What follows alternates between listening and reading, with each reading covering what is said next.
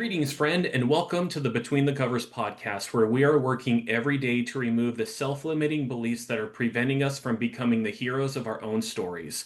I am Marcus Spar, and for this month's hero study, I have a very special guest who was recommended to me from Brad Onishi. You heard from him last month, and I just want to read over a quick little bio here of Reverend Alba Onofrio. She is a theologian and spiritual activist rooted in the U.S. South, engaged in human rights work for over 2 decades throughout the U.S. and Latin America. As a queer feminist Christian pastor, yep, you heard all that right, their ministry moves at the intersections of religion, gender, and sexuality to heal the wounds of spiritual violence and weaponized religion. Boy, don't we need that more these days. Mm. Also known as Reverend Sex and co-founder of the Sexual Liberation Collective, their global education work seeks to eradicate shame and fear around bodies and sex, reclaiming pleasure and desire as sacred centers of knowledge, healing, and spiritual practice. As executive director and spiritual strategist of Soulforce, Reverend Alba has published sorry, let's try this again. Published liberatory. I don't know why that word just tripped my tongue. Okay. But I got the practice in, so I'm going to trip over it one more time. As executive director and spiritual strategist of Soulforce, Reverend Alba has published liberatory theological resources uncovering the ideologies of white Christian supremacy. Their work has been translated into 7 languages and shared around the world. Reverend Alba, thank you so much for joining me for this hero study. It is a pleasure to be between the covers with you. Awesome. Whew, okay. You're making me blush already. I was sharing before we actually got on here that I was listening to some of the letters from Reverend Sex that are available on Spotify, and it is just very intimate and personal and just I don't know, it's almost like for me I could like there are people like my partner Libby being one of them who listen to like ASMR videos to help them fall asleep and that Mm, kind of stuff. You're like one yes, of 2 people where it's like I could probably listen to a podcast of just you talking and that would like totally relax me and help me just fall asleep. that's great. That's part of the effort is that it's a space, a little snippet, 20 minutes or less, that just helps us ground into what we're thinking about, what we know, what we're working on in our spirits, and isn't intended to be a flare up of either anger or hurt, but rather a much more grounding moment to bring us back to center. So I'm glad it worked. Yeah, absolutely.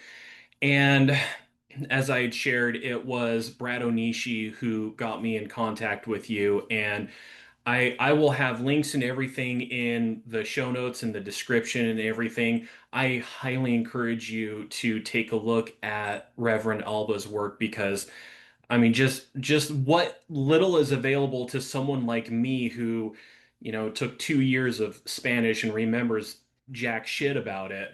Um, having what you're doing available in English, even for someone like Yes. me who's not a part of Latin America, does help me to better understand what your experience is. What I mean, over here in southeastern Washington, we do have a rather large Hispanic and Spanish speaking population because of all of the orchards and vineyards and Mhm. farms that we have here. And being able to have a much better understanding of what they are going through as well Yes. is I just find that so important, especially with what's going on today when it's like people like you are the target of the Yes. current regime. Yes, and I think it's important that the English season of Teología Sin Vergüenza or Shameless Theology is also curated to both show a range of folks. We have folks from Guatemala, folks from the Dominican Republic, folks from Argentina, folks from Mexico, not only to show a diversity in terms of like where folks are from and where they're coming from in their theological orientation, but also to understand that there's a lot more to the conversation about our community that is not just based in a like bleeding heart, poor us story, that there's so much power and knowledge and wisdom that comes out of our traditions and where we come from in Latin America as well.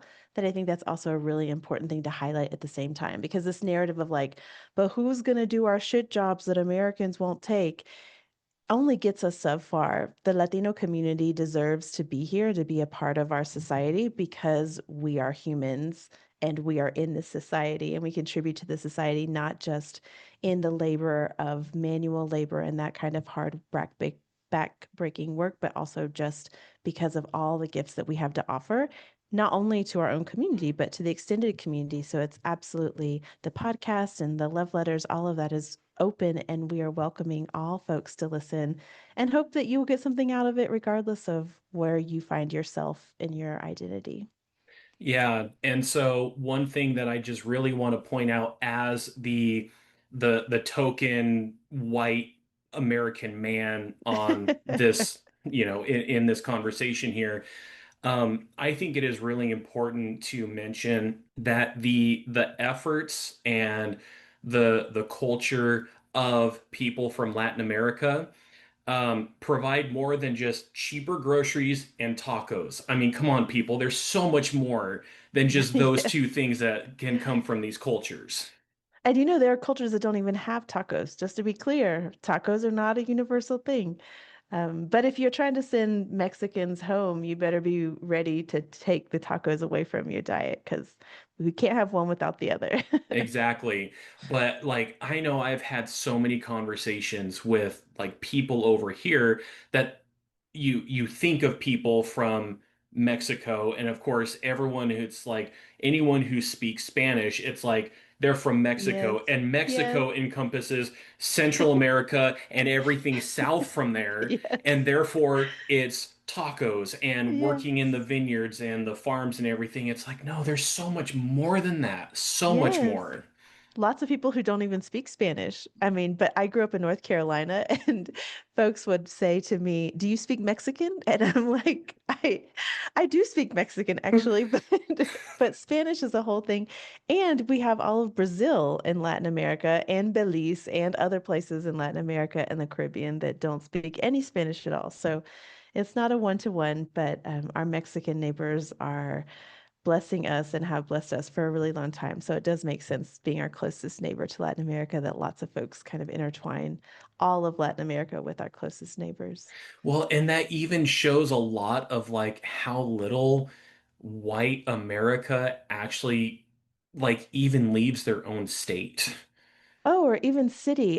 Yeah. The numbers are terrible in terms of how many folks from the US speak a second language, read a second language, even if you don't speak it, or visit outside the country. And part of that is intentional because the power structures in our nation make us feel like we are the most important and the only thing in the bubble. And it's pretty wild that the US has been responsible for topping regimes, topping democratic governments all over the world, or there's major disasters like, not only civil war, but natural disasters like typhoons and floods and all of these things that we literally have no idea about.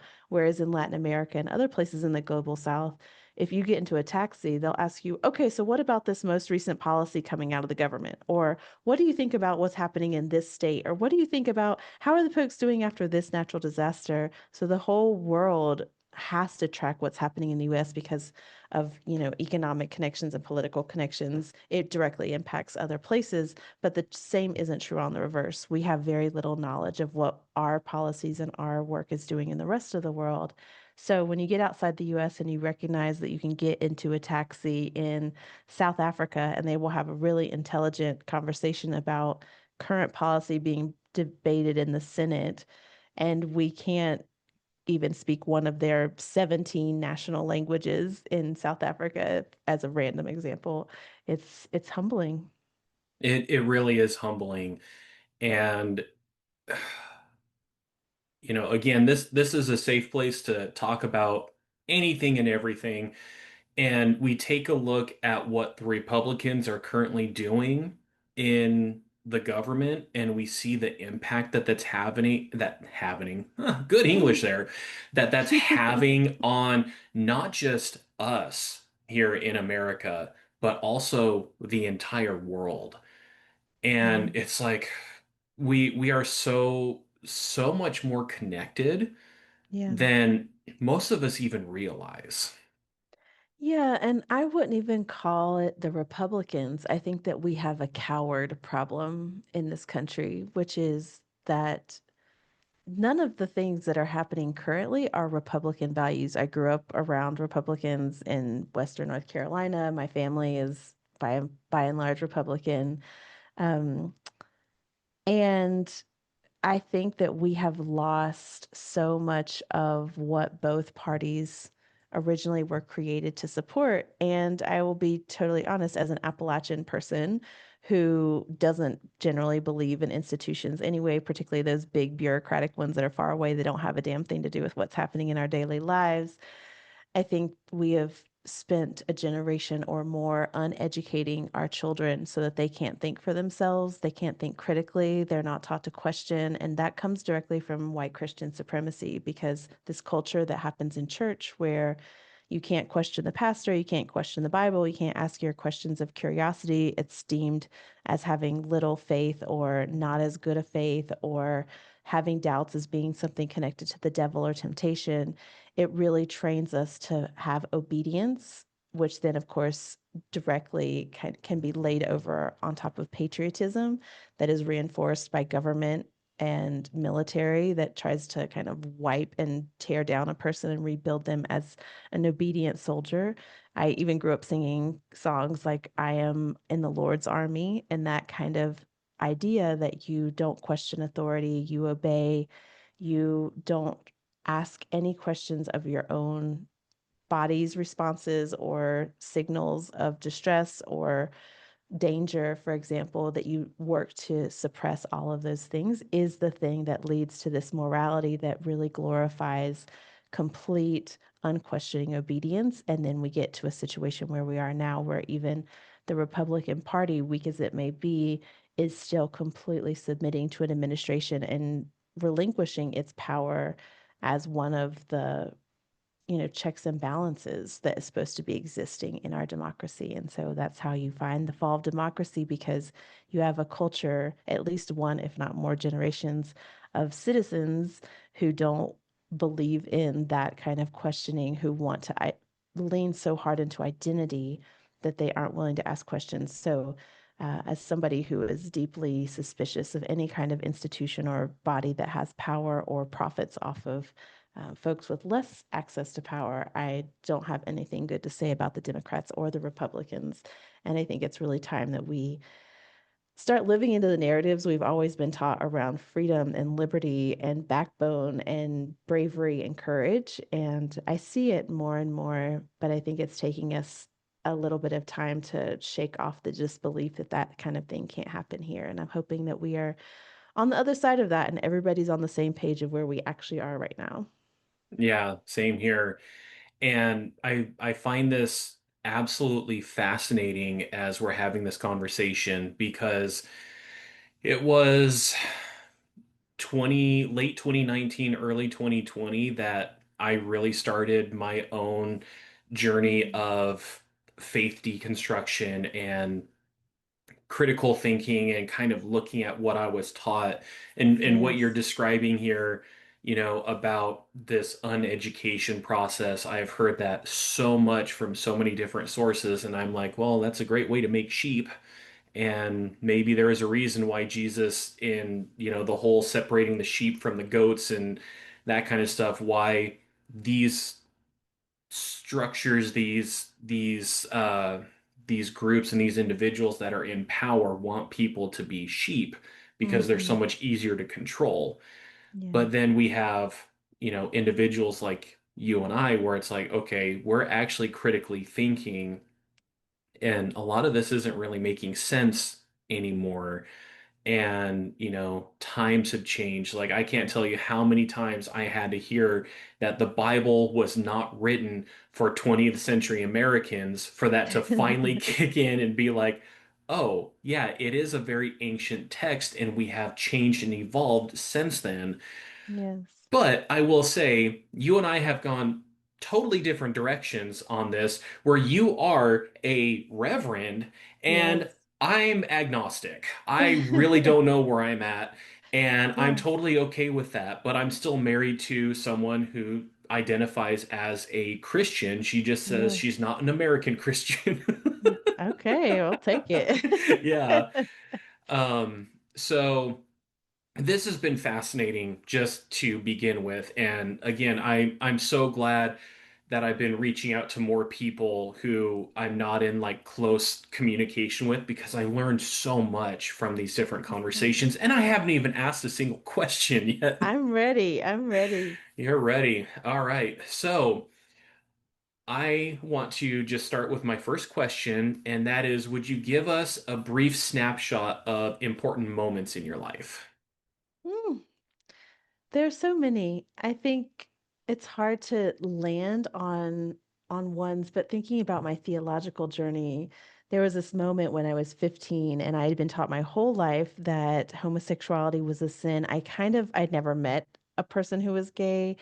And in my mind, they kind of had red skin and pointy, horns. They were like fully possessed by the devil. And it was kind of this boogeyman idea that existed outside of my very closed, insular, white, working class Appalachian church life. And I had this girl that we like kissed. And I swear the moment before we kissed, I would have said, homosexuality is a sin, it's from the devil, it's a choice, all of these things. And it was like in one moment of connection, I realized, like, oh, all this stuff that was happening before now was this energy and sexual emotional connection that we were having that I couldn't identify as such because it wasn't even on the table as a good Christian girl. So that's one of the important moments that made me start questioning everything. It was this moment of, if this feels this good and this right and this yes in my body, that I'm willing to go against what I've been taught for my entire 15 years thus far, what else do I not know? What else needs investigating? I think that's an important one. Another important moment was when I was the executive director of a Latino community center of recently arrived, mostly undocumented immigrants. And we were trying to get sex workers and men who have sex with men, MSM, to use more condoms as part of an AIDS grant that we got from the federal government. And I was sitting in this meeting with trans women that we were having, the program officer, the program person for that was having a really hard time making inroads in that goal. And I remember sitting in that room listening to folks say, well, but I'm trash anyway, so who cares if I get AIDS? Like, what is it? My life doesn't even matter. And that thought that was just so universally understood between that group of women, for me, really shifted my focus into what in the world would make a human being, a precious, divinely given child of God, feel that way ever. Um, Not just like in a moment of depression, not in just a moment of self-doubt, but rather as a generally held truth among a community of people. And of course, God and church was always behind that. And so that really lit a fire for me around, how do we defend our community, our LGBTQI community, our marginalized communities, racialized communities against this idea of God or the Bible that somehow could possibly relate to humans, that they don't matter, that their lives are trash, that they are disposable. And I think there's another moment, maybe a little bit later on, where I become a parent, and all of a sudden, every moment of every day has a witness in which I am trying to live out what I've always said, what I've always been told, and discern what of that do I want to pass on to the next generation and what of that I don't. And it really honed and sharpened to a very fine point.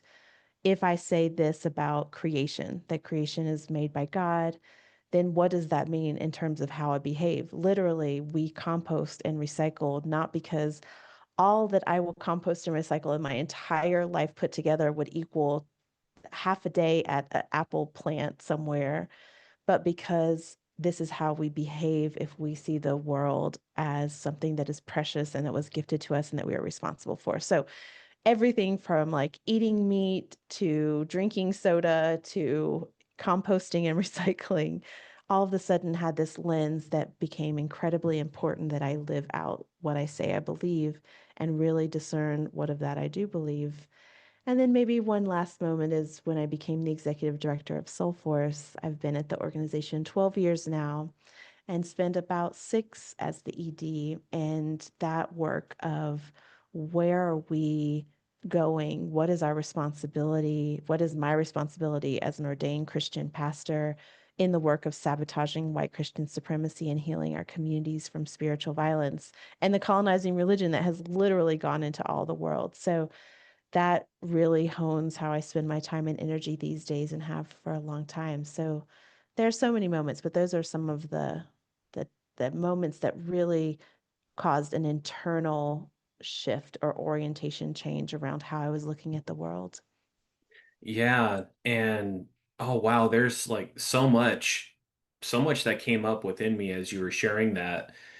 And as you were describing your hearing the stories of these trans women, oh, that really like that hit me hard because those messages and that language, it's like of course, people like that, if they are being told that they're trash, if they're being told that, they're no good, they're evil, they're sinful, or whatever it is, they're not going to have that good of an image of themselves. And therefore, some of these precautions, it's like, well, it doesn't matter because it's validating what I believe about myself. Right. And what gets in the way of us believing something different? And when the thing that gets in the way of us believing something different or better about ourselves is done in the name of God, who is the ultimate supreme authority, there is no way out. And that's true not just for that particular group of immigrant trans women, but I think it's true across the LGBT community. It's true. I mean, I think it can be true across the board. Even in this moment, straight, white, cis men can get that same message if you're in movement space. It is no wonder or surprise why we have the division in the country that we do and why white, straight men are more and more in this counter position against rights or whatever. It's like, we also have to be mindful on the left to be like, also precious, beloved child of God, also deserves and is worthy of all of the abundance and goodness of the world, not at the expense of anyone else, of course. That's true for everyone. But what are we doing to bridge the gap for folks who are willing to go on that journey, who are willing to change their mind, who are willing to think about a different way if they are able to engage with that in a way that doesn't make them feel isolated or canceled? Yeah, and I can tell you those messages, they are still ones that I am still working on unraveling within myself Mm, about myself as a white American man, as a cisgendered heterosexual man, and the mhm, things that I used to believe and the harm that I had done to people. When I was interviewing one of my gay friends, I had shared how I had this really good friend in high school who came out after graduation as being a trans woman. And I wholeheartedly, at that time, believed in the whole loving the sinner but hating the sin.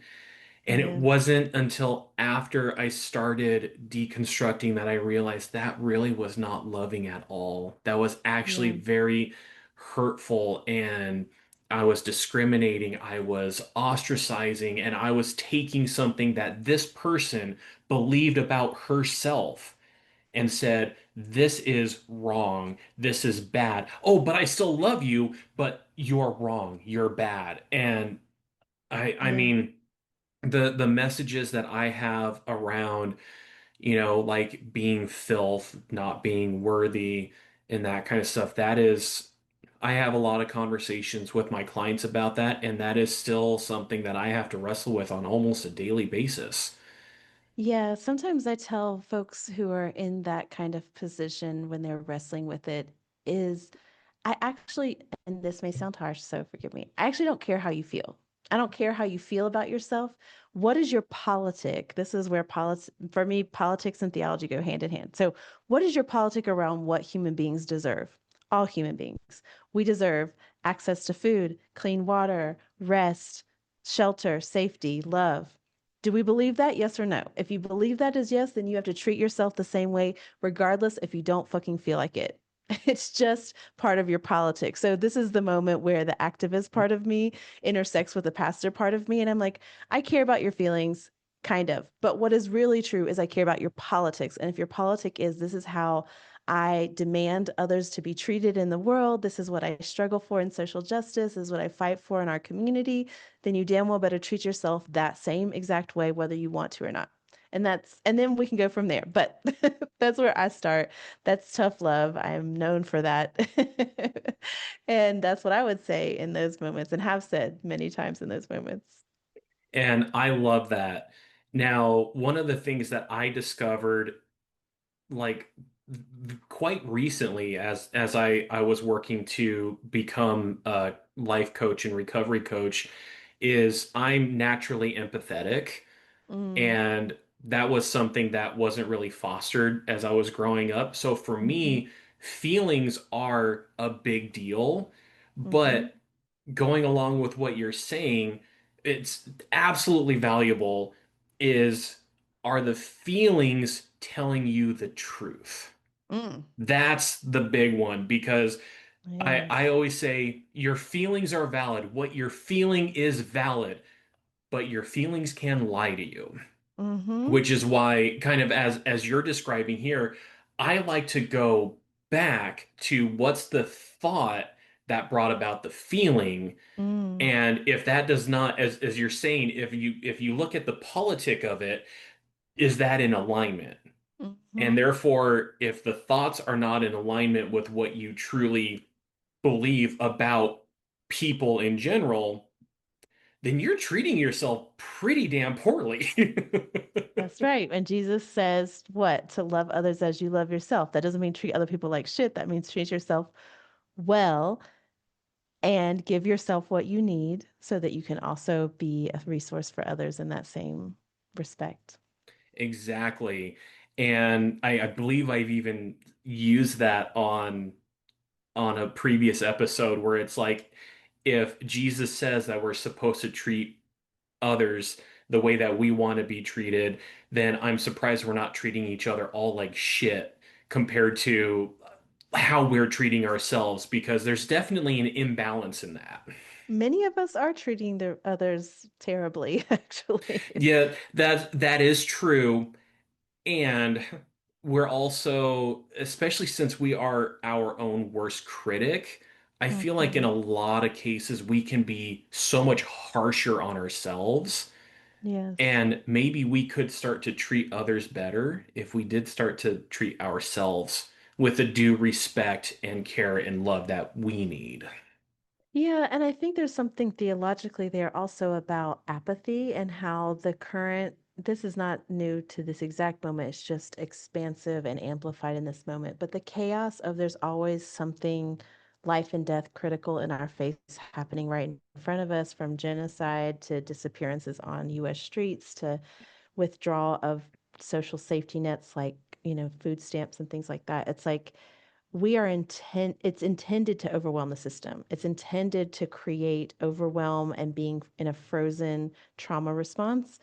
And it's also meant to desensitize us, which is part of like the techniques of everything from child grooming for sexual assault all the way to like assault and battery and domestic violence. Is if we desensitize ourselves to the violence, to the harm, then what becomes normal is not at all normal. It's actually really detrimental, awful, horrific things. And so part of the biggest thing we can do, I think, is to try to hold on to our humanity, which means trying to stave off apathy and letting our heart break over and over again, and also holding that we can do the best that we can every day in whatever way is ours to do, right? We can't do everything all the time, but what is within our sphere of influence, spending that time doing that work does help us hold on to our humanity, which feels like a tall order at this moment. But I think the same thing is like if we can keep our hearts tender to actually feel, it can break for ourselves and for others. And even just holding on to that bit of humanity feels like a hard thing, but a critical thing to do in these times. Yeah, and to go along with that, I would say it's so much easier to allow yourself to have that humanity when you are in a community with people that you truly care about. Because Yes. with everything that has been going on, in fact, this was something that Libby and I were talking about. It's like Sunday night or Monday night just this week, where we were lying in bed and she was like, Marcus, what is a motivation for you to get up in the Mm, morning with everything that's been going on? And it took me a little bit to like really think about, oh, I hadn't even considered that. What is a motivation for me to, with everything that's been going on, it has been so easy for me to become apathetic, as you're yes. describing. It is so easy for me to dissociate and just kind of shut down with everything that's going on, which is not a good thing for me. Right. But I also recognize that is my fear response, my survival instincts kicking in. It's like there's too much. I cannot take this. Shut down. Absolutely. And when I was really thinking about it, I have a very good core group of friends that I interact with on a weekly basis. We get together Hmm. to play Dungeons and Dragons. I Yay. before coming to this, I was streaming on Twitch playing a game online with one of my friends. And it's like, there's my partner. I've got the five other people in what we call the fellowship. It's the fellowship of the dice is what we call ourselves. Mm, And these people are ones that constantly keep me going mm, because I love these people. I want to be there and support them, which means I need to also be taking care of myself. And yes. oh, when I've gotten into some of my lowest moments, they have been there for me too. Yeah. It And is that's so it is also, so great. well, I was going to say that's also the danger of AI and technology is that one Yeah. can more and more often move through life without having to have any human engagement. And while it's nice, I read a story recently that 1 in 4 high school students have had a relationship with AI. And like, while it may be nice to have these relationships or conversations where the other person isn't annoying and have their whole human defects, or when you're moving through the world and using AI to get directions and to understand what you're looking at or history or whatever, it really reduces our ability to have those chance encounters that lead us to relationships or connections that help us feel more connected to the reality, which is that we are all very interdependent on this planet, in this society, in this globe. And that's really, really, really important to hold on to when we could just all be in our little bubbles doing our little technology thing and not actually having to interact with any humans ever for any reason almost. We can order groceries on an app, we can order food on an app, we can have an online job where we don't actually talk to humans. So even though I'm not a big podcast person, I'm coming into it more and more, and it gives me such an opportunity to both talk to and hear from other folks. And so things like this, these kinds of projects are really important to continue to remember that we are part of an interconnected world of humans and non-humans, and that connection sometimes is annoying, sometimes is inefficient, and when you talk about what gets you up in the morning, it's a central part of what keeps us together and moving. Yeah. And for just my own vulnerability here, as someone during my darkest moments in high school and in early college, when I could have told you with 100% certainty and 100% shame that I had romantic relationships with like three fictional characters from like video games and anime and that kind of stuff. Personally, I'm glad that we didn't have AI back then. I would have been in trouble. But Totally. that was not the true connection that I needed. Yeah. And it's so great to have people who know me, people who understand me. I have two friends that if something is going on, I can just send them off a text message and I know that they're going to see it. Some of them will respond. If I ask them for something, they'll be there. Like there's this one time I sent off a message, it's like I just had the roughest day with something that was going on. I could really use a hug when I see you guys. And Mm. both of them, it's like, and it's such a funny story because for me, I had this vision of it's like I was gonna go to these friends' church because I go to do a workout 3 times a week there, and it's like I was gonna go there and I was going to just have like this nice solid embrace with these two guys, and it was just gonna be this, just this very supportive and uplifting moment. And what ended up happening is one of my friends absolutely bowled me over into a hug, which I did not expect. And then the other one picked me up as he gave me a hug. I didn't expect any of that, and I laughed and I felt so valued and supported because it's Mhm. like I came in with my expectations and these guys they brought their own interpretation of my needs and did it their own way, Yes. and I just felt so I felt so relieved after that had happened. Yeah, and it's worth investing in, but it takes that investment. And it also takes that brutal honesty of admitting when you need something. Yes, my goodness. That has been a tough one for me to Same, learn. friend, same. All right, so my next question is what is something in your life that you have overcome? Yeah, that's a hard question. I don't know that I would say I have something that I've overcome. I think my brain doesn't work that way. My brain doesn't work that way. I think I'm a, I'm an idealist and a realist at the same time, if that makes sense. So my life feels like it's more like, okay, I grew up very poor in Appalachia with my great grandmother, and but I didn't know I was poor. We always had enough food because we grew a garden and we were part of a church community, and folks had this orientation towards sharing. So I wouldn't say that poverty is something that I overcame, for example. It's like this is the reality and the tools that we have, and therefore we continue to move forward. I think the obstacles around what is possible are some of the greatest hurdles. Like really sitting in, this is what I've been told is the limit of what is possible.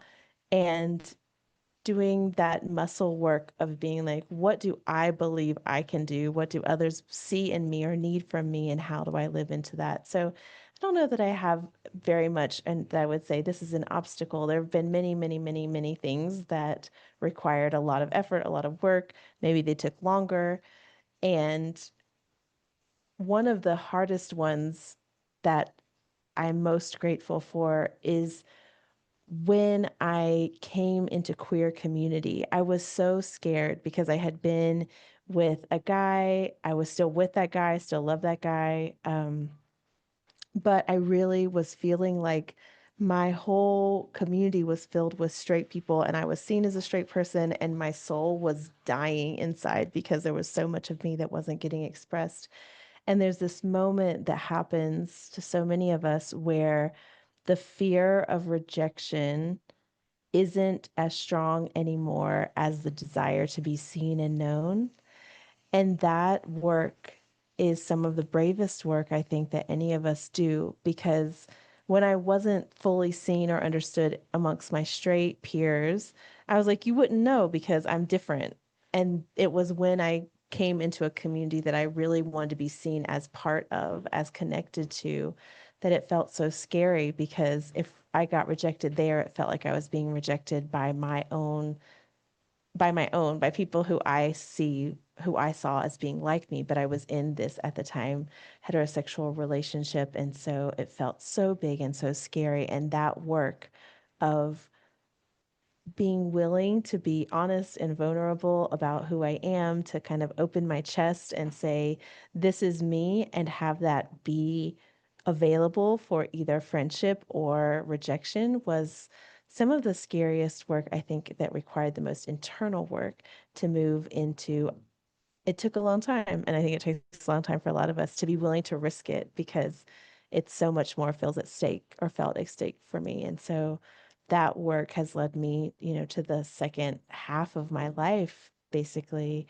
The first couple decades being more in straight community, even when I was in a queer relationship, and shifting to being now almost entirely surrounded by queer and trans folks, not only in the US, but in the global South too. So I think there's something to be said about being brave and what it takes for us to overcome the process of fear to get into the potential, the possibility of more fullness, more wholeness.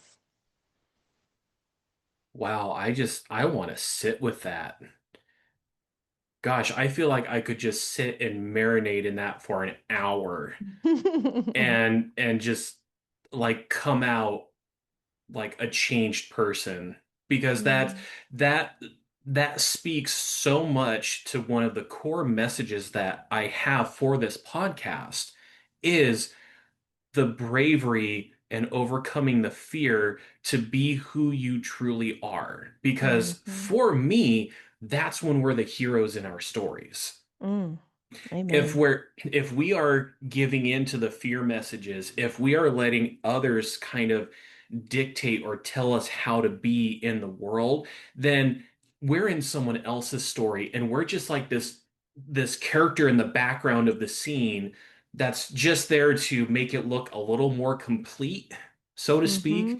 but it's not our story. That's literally what white Christian supremacy is. And I always tell folks when they're talking about, like, what do I say in response to people who bring out Bible verses? What do I say? These clobber passages, as they're called, these passages in the Bible that are used against LGBT people, also all the passages in the Bible that talk about women, et cetera, et cetera. And one of the things I say over and over again is, don't jump into their frame. If they are defining the conversation of the Bible says that this is wrong, this is an abomination, this is da da da da, then you're always going to be on the defensive side. But you, if especially if you're a person of faith, you claim your own faith, you claim your own prayer life, you claim your own lived experience in your body with the messages that comes from your body that God has given you in your own orientation of how you respond to those that you love, of those you're attracted to, etc., because you are the expert in your own life. Not even your mother knows better your life and lived experience than you do. So take that protagonism, because that is your area of most power. So people can say to me all day long, well, God says and the Bible says, and there's nothing that I can do. I can try to convince them, and I love debating the Bible, so I would happily go down that path. But at the end of the day, over and over again, my experience is, what convinces them to reconsider their theological position is not how well I know the Bible or can shoot down their theological arguments. What really makes evangelical, straight, very patriarchal pastors' heads spin and like confusion kind of cloud their vision is when I say, me and God are great. This is my prayer life. This is my lived experience. This is what God says to me when I read the word. This is the Bible verse that I love the most. This is the story that I relate to. This is how I understand. And this is all real and true for me.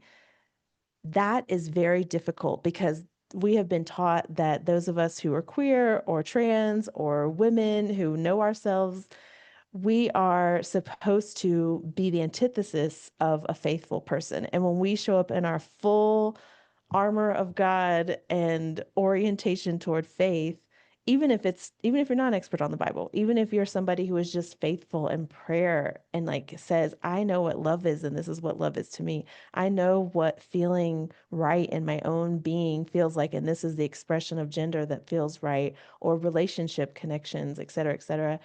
that is very hard because nobody else can contest that that is true for you. So then they might go to some other random argument like, well, you're deluded or you were misled or you were abused as a child or whatever. But all of those things are so small in comparison to when somebody tries to lay the full authority of God on you as against you.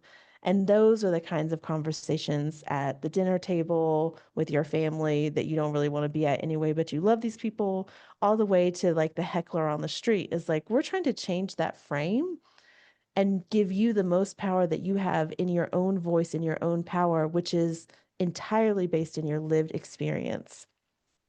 Exactly. Oh God, that is powerful. And I can't thank you enough for sharing that.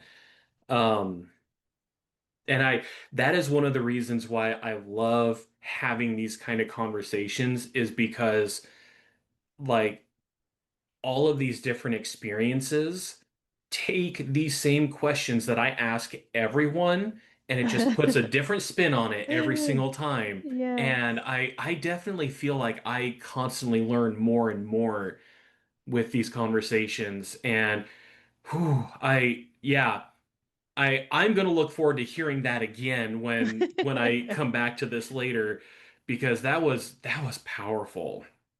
Yeah, don't let someone else define your story. And Mhm. even if, as our friend Reverend Alba here is saying, that you do step into your own authority and you share your own perspective and your own lived experience and everything, if these people do start to come back and say, oh well, it's not true, it's maybe you're hearing something from the devil or the demons or whatever, what have you. I mean, personally, I feel like a lot of especially the white supremacist Christians tend to be the ones that give the devil way too much power compared Mm. to the power of their God. Amen. That's just that's been my perspective and my lived experience. But one of the things that I find so intriguing about that is the same can be true about what they're saying. Yes. It Yes, and really I think can. I really want to ask folks tell me about the God that you serve, because in those kinds of spaces we hear God with labels like omnipotent, omnipresent, creator, etc., etc. Okay, if that is true, then why in the world would God be the least bit concerned about our doubts, our questions, our anger, our frustrations? Like for me, that seems so counterintuitive to who God is. And that's, I think, the example of us trying to create God in our image and put God into a small box so we can wrap our minds around God. And that makes not only does an injustice to God, it also does an injustice to what is possible for our own minds and hearts and spirits. So if God is really that vast, all encompassing being, I feel like when people are like, well, I have questions about the Bible, I'm like, great. Me and God love your questions. I have concerns. Me and God love your concerns. I have doubts. I have frustrations. I have anger. I have disagreements. I'm like, if God is who God is supposed to be, God not only welcomes those questions, doubts, frustrations, but God is like, yeah, this is what maturing in the faith means. It means, when we're little, we tell children, this is how you say the word. Then they don't say it correctly. We say, nope, but we say it like this. And we just repeat and repeat and repeat. And they regurgitate. So if I have an accent, my daughter has an accent. If I misspell a word, it's likely that the people that I teach misspell that word. So thinking about that in the same kind of learning process, not to make God this anthropomorphic being, but it is to say, if when we are young as humans, we regurgitate what we are taught and we are affirmed when we get it right and we are corrected when we get it wrong, And then at some point, we become our own adults and we learn how to speak in the way that we want to. Maybe we curse and our family didn't. Maybe we move to a different place and we pick up the accent from that place. Maybe we add bigger vocabulary because we had more education or we like books more. And so we collect more words or idioms or whatever. And the same thing is true with faith of like it is through our questions, through our doubts, and through our lived experience that we give shape and flavor to our own personal relationship with the divine. And if we continue to regurgitate the same bullshit that we were told, some of it good, some of it not good, but without questioning or adding any of our own feeling or understanding or working on our own questions, then we are actually not maturing in the faith. We're just maintaining this very juvenile kind of rinse, repeat, true regurgitate kind of orientation to God, which doesn't at all seem aligned with the God that so many Christians proclaim, which is this huge, expansive, mysterious, creative, gaudy sometimes in the way that God makes creation. When we talk to LGBT people, I always start with like, tell me about the plants, tell me about the flowers, tell me about the fruits, tell me about the topography, tell me about the creatures under the sea and under the soil and in the air. Like there is some gaudy ass flowers, like bright orange with a bright yellow and a bright pink, and it's on this bright green stem and things that plants that eat animal. I mean, there's just absurd amounts of diversity, and to think that we are supposed to be just men and just women and we are supposed to just men partner with just women is so counter to literally every bit of evidence that we have all over creation, from literally pick any species, flora, fauna, fungi, pick a thing, that it's like, oh man, we really had to be indoctrinated deeply to believe these tiny categories when literally God provides endless examples in creation to be like, no, no, no, you and your most flamboyant self absolutely belong. And your weirdest interest and curiosities, you also belong. You and your most fabulous expressions of gender collected from all over is also totally representative, and actually much more representative than the very straight laced, skirt down to your knees, no heels, no jewelry, no tattoos, et cetera, et cetera. So I feel like those of us who shift our genders or gender expressions, those of us who put art on our body through tattooing or piercing or whatever, we are actually living into that very creator mode that sometimes I feel like God was just like, what more interesting shit can I put into the world? Well, this is really fun. Today I felt like adding wings to this thing, or, I just feel like I have a lot of fun imagining God in that way. That sounds more like the God that I would have loved to have worshipped than the one that I was handed growing up. Mm-hmm. Absolutely. Oh, wow. Again, I'm so glad we're having this conversation. It's really getting me thinking about some of my own beliefs and my understanding of the world around me. And as you were saying that, I'm like, now, when I was in the throes of my conservative Christian upbringing, Yeah. hearing you say this stuff, I would have been like, nope, that's, absolutely nothing she's saying is meaningful. And, she's one of those people I can't listen to, blah, blah, blah, all this kind of stuff. Because it's tempting, right? Because what I'm Well, saying makes sense. That's the problem. and it's coming from a woman. Uh-huh. And it's counter to everything that I was spoon-fed. And having gone through my faith deconstruction, I'm hearing you say this.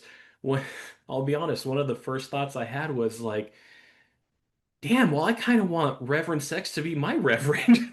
Absolutely. Well, you're welcome. I believe in this, and I believe it so deeply. I was raised Southern Baptist, and I am so still deeply connected to what I was taught as an evangelical. The mission is different, the horizon is different, the outcome is different, the communities I'm fighting for are different, but the theology is so similar. It's so, so, so, so similar. And I just feel like where power has colluded with religion, it has really stolen what is possible with creation, with God, with what is true for those of us who claim to be Christian.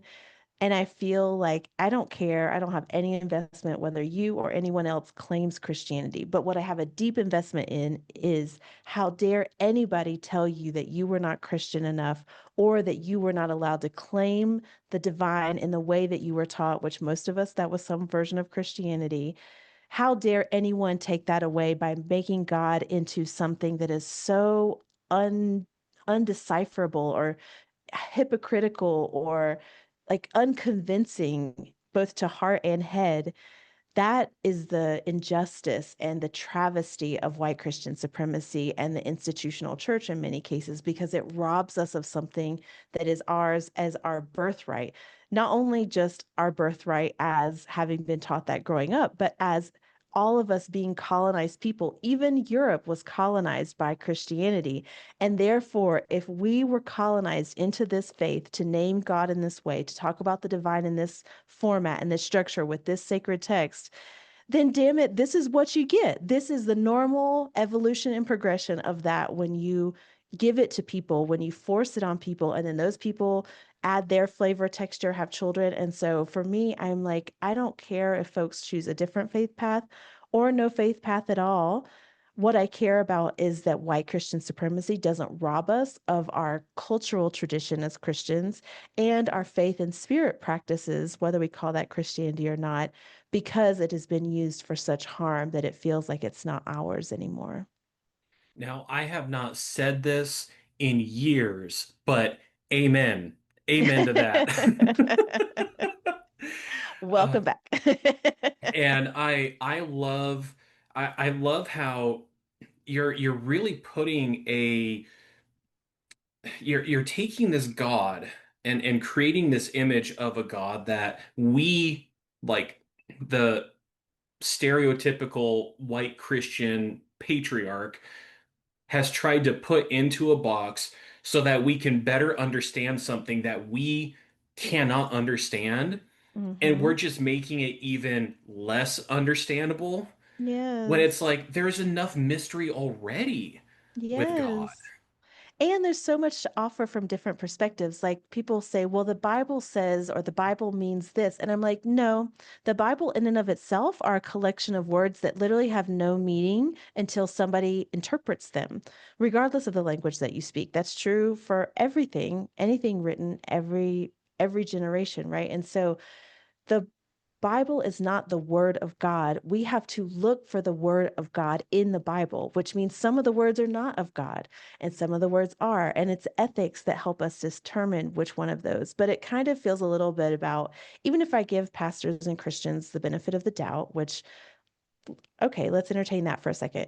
Even if I give them the benefit of the doubt that it is not intended to be white supremacist and colonizing and imperialist and capitalist, if we are saying that this pastor is talking about the Bible, for example, I think about it as the adage of like, how do you eat an elephant? And the answer is one bite at a time. I hope nobody's eating elephants, but you know what I'm saying. Same If here. somebody is looking at, the trunk and they're like, this is God, it is this shape, it is this color, it is this texture, it can move in these ways, as long as you, that's great. As long as you can understand that you are only seeing one tiny part of the elephant and you can honor and respect that somebody behind the elephant is smelling something different, seeing something different, understanding something different, just like somebody who is sitting above the elephant in a tree is having a different perspective. Somebody who's touching the ears or feeling the tongue or in emotional, spiritual relationship as a caregiver of an elephant. All of those are different perspectives. And the way that we understand the Bible to be true or what the Bible says is just the reflection of those who have enough power to enforce their interpretation on the masses.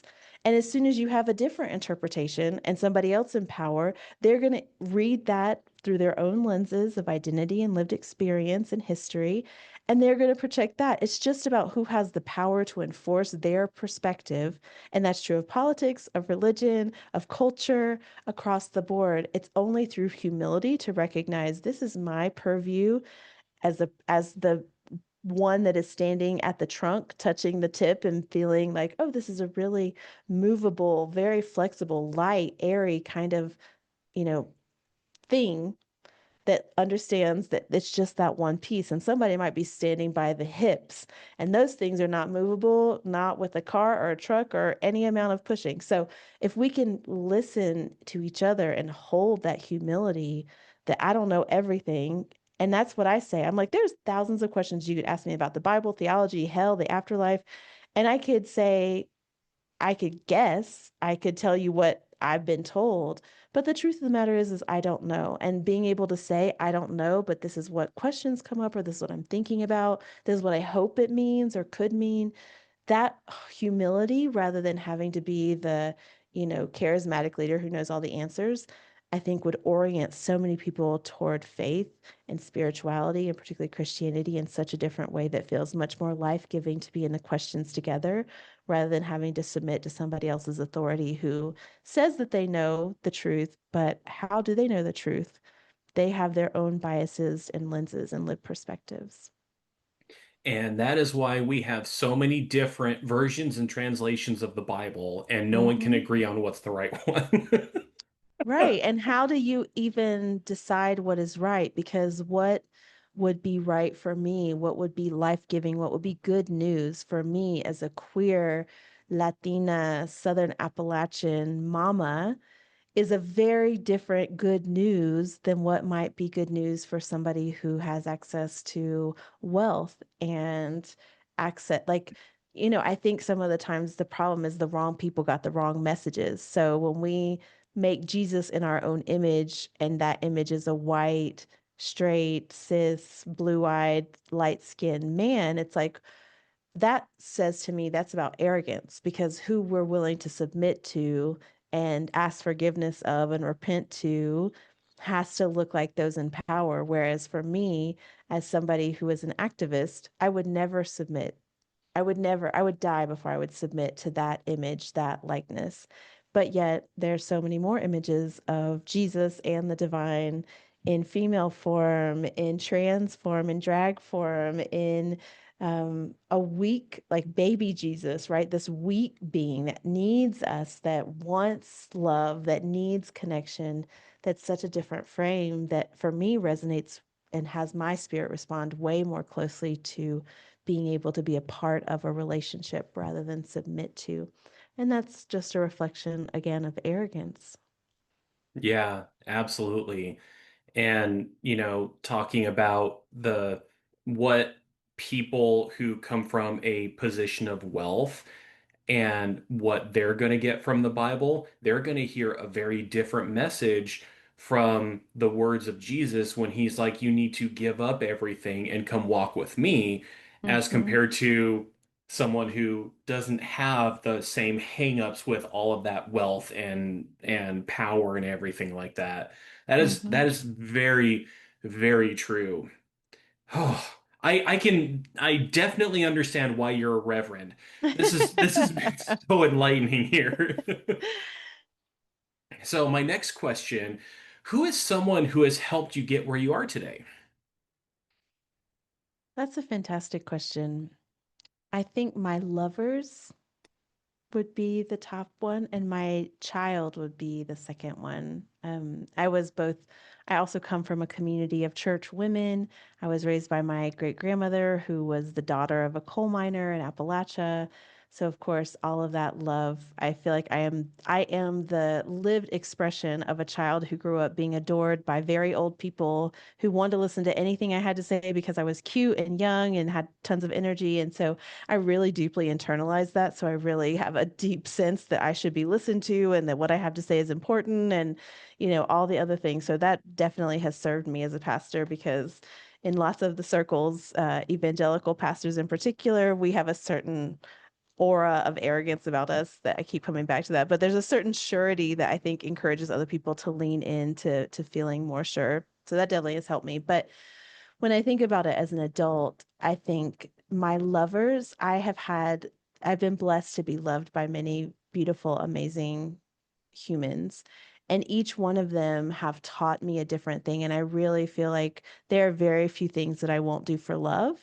And so I am willing to make very big moves in ways that I'm not willing to make for my own risk averse person in the name of love or in the intention of love. So it is through lovers that I have had the orientation around learning more about gender and getting out of a binary gender and what that meant and how that could be harmful to people. It's through lovers that I've understood what it can mean to live into the fullness of my loudest voice and my most powerful voice, because it's mostly been my lovers who have seen me in a light that was bigger and better than I thought I was. And I wanted to live into that example or into that vision of what they saw me to be, because they were seeing the best of me and what I could be. And I feel like at every stage, there was someone that God sent into my life, or multiple people that God sent into my life, that had a vision of me that made me really aspire to something that I didn't quite think was possible.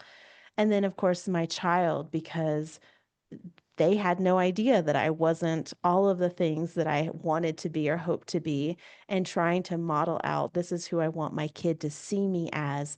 This is what I want my kid to know the world to be, helped me to create that world around them and around us, and to constantly aspire to what I hope the world for them could be like.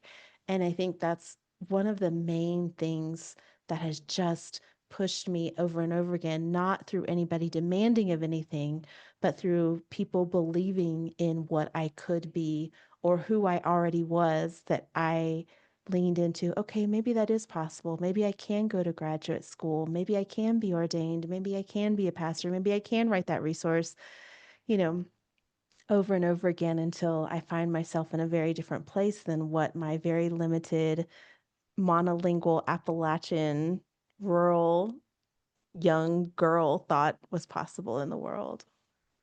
Yeah, that is beautiful.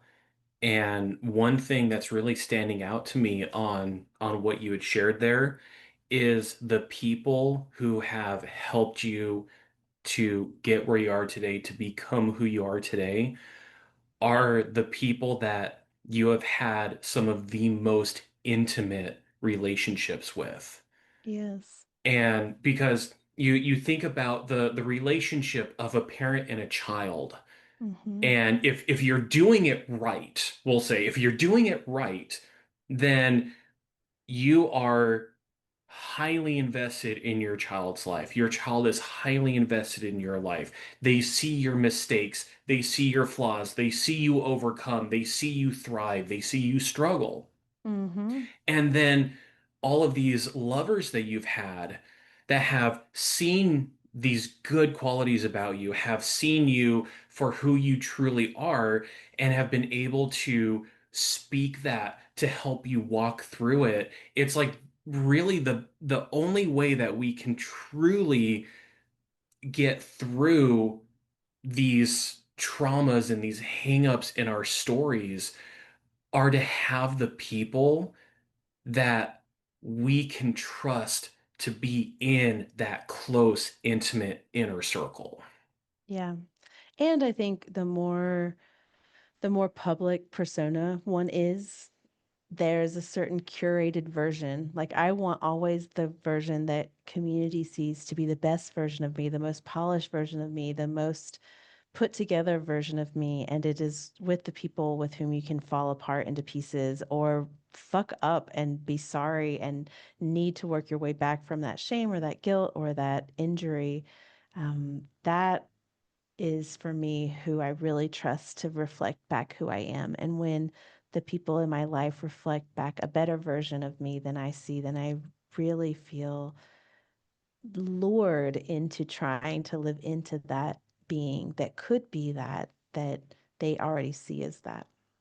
Yeah, and that's you just really hit the nail on the head there, especially talking about the public personas that we put out there. I have caught myself making certain edits in podcasts where I've had to say, okay, why am I choosing to do this? Mm. Because it's going to cover up this one thing that I'm just like, yeah, I don't really want people to see that when it's like, it doesn't matter if they see it. Doesn't matter if they hear it. It's me. And I try and Yeah. put my fullest self out there because people are either going to love and accept me for who I am or Yeah. they're not. And if they don't, yeah, as I learned from my mom growing up, it's their loss. You know, they're Yeah. the ones losing out on a beautiful person in their life. Yes, but it's still very brave to do that, to put our Mm, vulnerable self out there and to put, heart open self out there, I think is some of the bravest work we can do. And it doesn't get much credit, actually. yeah, And it yeah, should, because it's a big deal to be courageous enough to put your full, weird, authentic self. I always say, like, give me the weirdos. I am so invested in those of us who are more interested in our own lives and the things that we're excited about than we are around people's judgment of how they're going to see it, because that feels like really living into who we are. And it's like that makes the most interesting people to be around.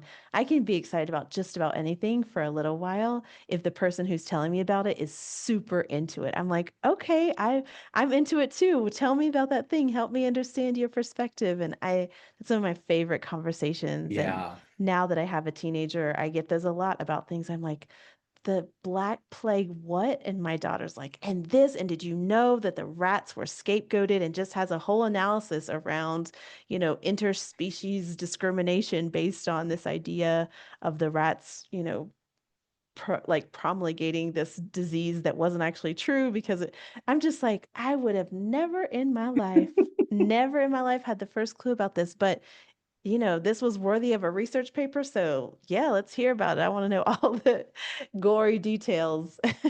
Yeah, But that's what and makes interesting people. yeah, and I'm reminded when I was, a tween and teen and Pokemon was a big thing. It had Oh, just come yeah. out.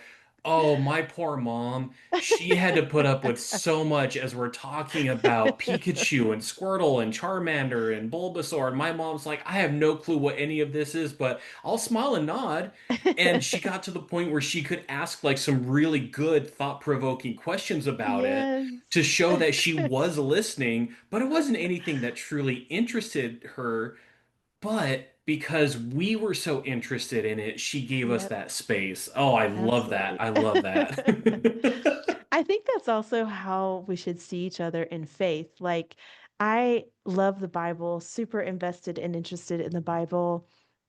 But there are other people who are really interested in church history or the history of like the lineage of popes, or there are people who are really about the performance of church and ritual and like just down the list from music to, Bible interpretation to like the historical Jesus.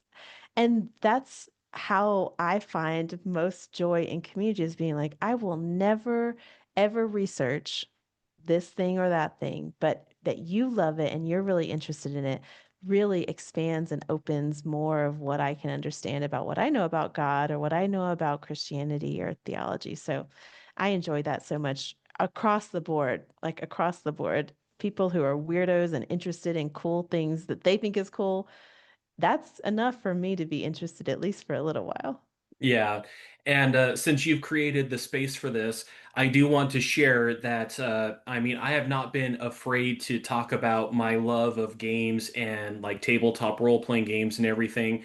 And just this week, I got a brand new rule book for the Fantasy Star tabletop role-playing game that is going to be the next one that I play. So don't be surprised if you, my friend, hear me bring this up a whole lot because I'm just excited about it. Yes, that's right. Live into that excitement. Yes, it is. Oh, and I'm even thinking of like every Tuesday, my friend Ben comes over, and for a while there, we were painting a ton of miniatures for the campaign that he's running our friends through.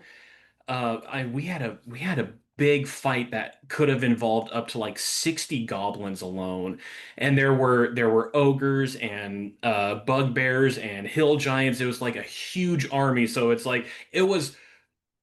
God, like about 6, 7 weeks of every Tuesday, he'd bring over his laptop, we'd watch his favorite anime, and we were just painting minis for the longest time.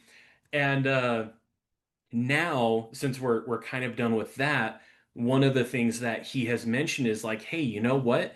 If you want some practice with this, you can run just like him and my partner Libby as like a two-person party through something and test out the rules and story and everything like that. And I'm like, you have no idea what you just unlocked in me.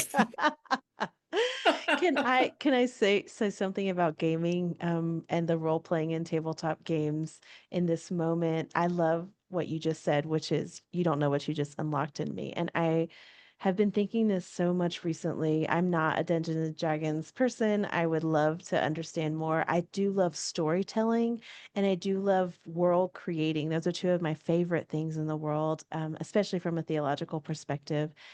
And I just want to say to all of our gamers out there that this is your moment. And I say that in a way that we are past a point of no return where things as we knew them to be are never going to return back to that. And, some people are still holding out of like, this is only 4 years and then we'll get back to normal. And it's like, no, it's a little bit like the pandemic where it's like, post this will never be the same. It will never be Yeah. exactly the same.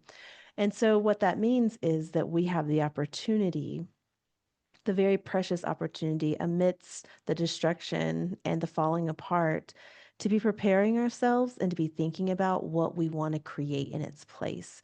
Because Yeah. when we get to the moment of building, and hopefully that will be sooner rather than later, but when we get there, we will need the most creative of us to really step forward to put some bold visions out there for what could be, what is the kind of society we want to live in, what are the kind of relationships we want to live in? What is the kind of ways we want to be with each other and with technology and with our neighbors? And I really see so much potential and beauty in the fantasy world of exercising the muscle of creativity and strategy and being in community. I just think like I'm cheering y'all on from this side so deeply because they are muscles I feel like that gaming folks, particularly role play games, have been working on and thinking about for so long.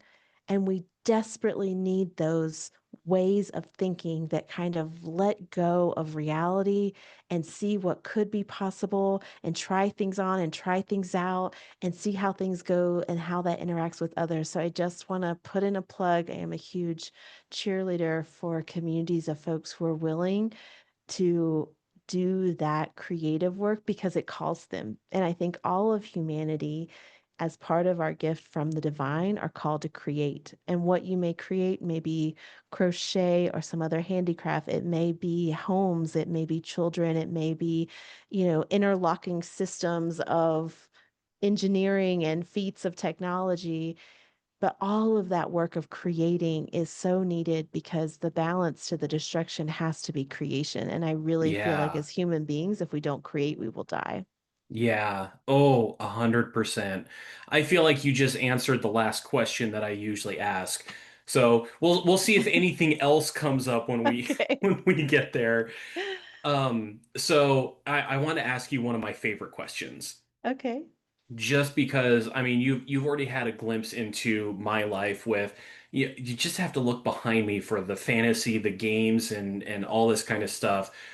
But one of the things that it seems in particular with, did you notice how I was trying really hard not to say especially there? I But did.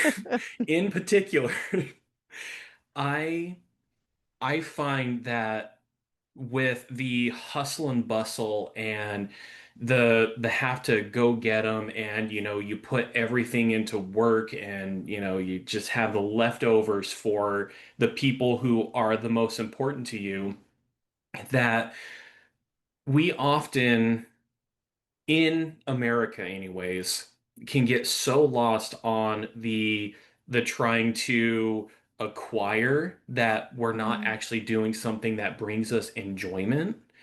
So, one of my favorite questions is what is something that you enjoy doing that you just come to life while doing? Talking to queer and trans people, talking to, listening, being a community with. I am so humbled and grateful that I get to do this as part of my job and part of my ministry. But on the other hand, that's why it's part of my job and why it's part of my ministry, right? So there is something about almost all communities, to be honest, but for me, as part of the LGBT community and as somebody so completely given over to God and the divine and the call for that in my life and in the world, there is. the training that I received as a young person, as an evangelical, fundamentalist, Southern Baptist, it's like all stored in there. And of course, I couldn't know at the time, but I feel like it's all just like these archives of strategies and Bible verses and theology and understandings of God and lived experiences.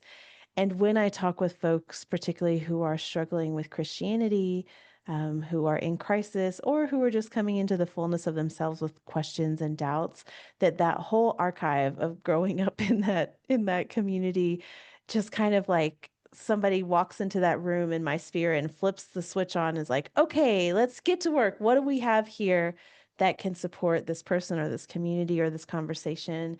And it is some of the most exciting, exhilarating, fascinating, challenging, and worthwhile ways that I spend my time in my life. And if I could do it all day, every day, I absolutely would, because I feel like there's so much power that is available to us through the divine.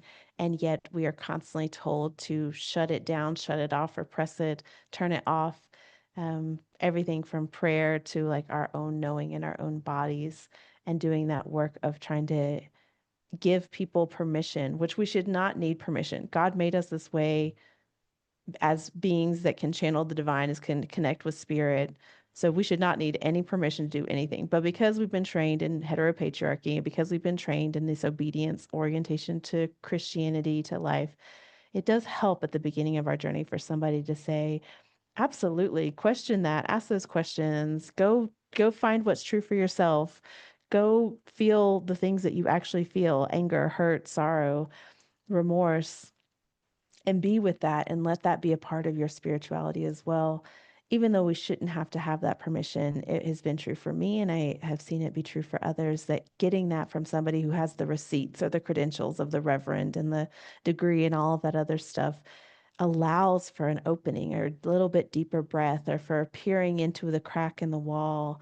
And that being happening over and over again for people is an endless source of joy and fulfillment, and feels like it's worth my time and my lifeblood and my studies over and over again, because there's so much that's possible on the other side of the wall if we can just get through the cracks to pull it down or slide through or go around or go over.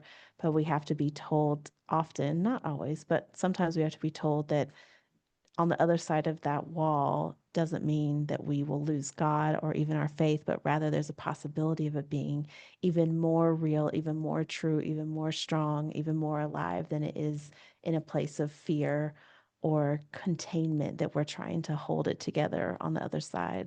I agree with most of what you said there. There is one thing that I would push back on, Please. and it was how you had described having these kind of conversations with a reverend, with someone who has this kind of training. In my experience, it was actually my friend Ben who Mhm. was the one who created that space for me. And Yes. so the thing with him is he is a Christian. It is his Hmm. church that I go to 3 times a week for workouts. And he he was a youth leader at the time. Mm. And he also had the ear of like the youth pastor. So one of the things, if you can find someone like Reverend Alba here who can create the space, be like, yeah, let's ask these questions, let's look at it from these different kind of perspectives, great. But that's not, to me, that wouldn't be the only requirement. Just someone who can create that space. And this was so important for me with Ben, was Hmm. that he had told me, I'm not going to have all the answers, Yes. but I will help you find the answers. Yes. I And that love was that. that was what I needed. And Absolutely. and there were so many times where it's like I would pose a question to him and he's like, "That is a good question. I'm going to go talk with Jason about it." Or no. Wow, I am totally spacing on the pastor's name. I have not seen him in a while. Maybe it is Jason. I don't know. But he was going to go talk with the youth pastor and then he was going to get back to me. It's Justin, the pastor that my friend Ben would like collaborate with is Justin, Pastor Justin. And Yes. it was just the nature of having no question was off the table. That's right. Absolutely. I don't think it's necessary for it to be a pastor. Yeah. And this could just be the permission. Like it doesn't have to be an ongoing space. I'm saying just the fact that there exist people who are ordained, who are Christian, who believe that queer and trans people are fully made in the image of God and, fill in the blank, whatever the other things are. But having a place of safety where your Yes. real and authentic self gets to live and that be affirmed, that is the launching pad for so many of us to be able to tear down the things that have harmed us or question the things that we don't understand or explore something new and different that maybe entirely has been labeled as demonic or terrible or whatever, whatever. Um, yeah, so whenever I can do that, I'm so excited about it. And it's mostly not through that continuous holding Yeah. space like Ben was able to provide for you. It's just through the living out loud what I truly believe in Hmm. theology and folks having that one touch. And then, of course, you still need the community that can hold you, that can sit with you in those hard questions, Yeah. because, and be honest about not having the answers. The questions are so much more beautiful and lead us to so much more um, community centered places sometimes than having all the answers that you just read and then put away. Yeah. Oh, I see Odin as being a ham in the background. Hey, bud. One of the things that just to go along with what you were sharing there is um the having the questions in a lot of cases to me is more important than having the answer. 1000%. Yeah, because if you have the questions, then you're continuing to grow, you're continuing to learn, you're continuing to explore. But if you have the answers, you're kind of stuck where you're at. Yeah. My New Testament teacher would always say the Bible was meant to be the start of the conversation, not the end to it. So I really Ooh, stick with that when I think about folks who are trying to use the Bible to close the conversation. Well, that's just what the Bible says. Well, the Bible says, and I'm like, you're trying to close the conversation. And if I reorient toward, okay, this is the story in the Bible. What do we think about that? Is that just? Is that not just? Does that sound like God? Is that what God would do? What does that mean about God if that's what God did? Like the beginning of the conversation, starting from the text, is such a more interesting conversation to me than using the Bible to close the conversation, which is kind of just a trump card to be like, I'm right and shut up. And that's never how I imagine God to be ever. oh, fuck yeah. I love that. Wow. That if there is anything that I'm going to take away from this, there's so much I'm going to take away, but that right there, that to me is such a golden nugget that, Mhm. the Bible is where the conversation starts, not where it ends. That's Ooh, right. ooh, I love that. Dr. AJ Levine, that was my New Testament teacher. Well, thank you, Dr. AJ Levine, and thank you, Reverend Alba, for continuing to share that. Yes. Now, my next question. What is a hero to you? Whew. I'm not a much of a hero person, to be honest. I think that we are told lies about heroes, which make us believe that they are these exceptional beings that stand out from everybody else and that we can aspire to be like, but we can never actually be because they were unique. There was something special about them that they alone could be MLK, or they alone could be a president, or they alone could be Mother Teresa or whatever. And I don't believe that at all. I think it really dehumanizes actually those very real people. Like MLK had a lot of wrong things to say about sexuality, for example. Um, so I think a hero is not something, and it's not a word that I would use or that I would aspire to. But when I think about the heroes in my life, they are actually folks who are willing to live into the fullness of themselves in spite of great consequence. And whether that is fear of losing, whether it's true or not, the fear of losing family or community, the fear of coming out, particularly in places where it is illegal. I'm thinking about some of the work that we do in East Africa, where I spend a bit of time every year.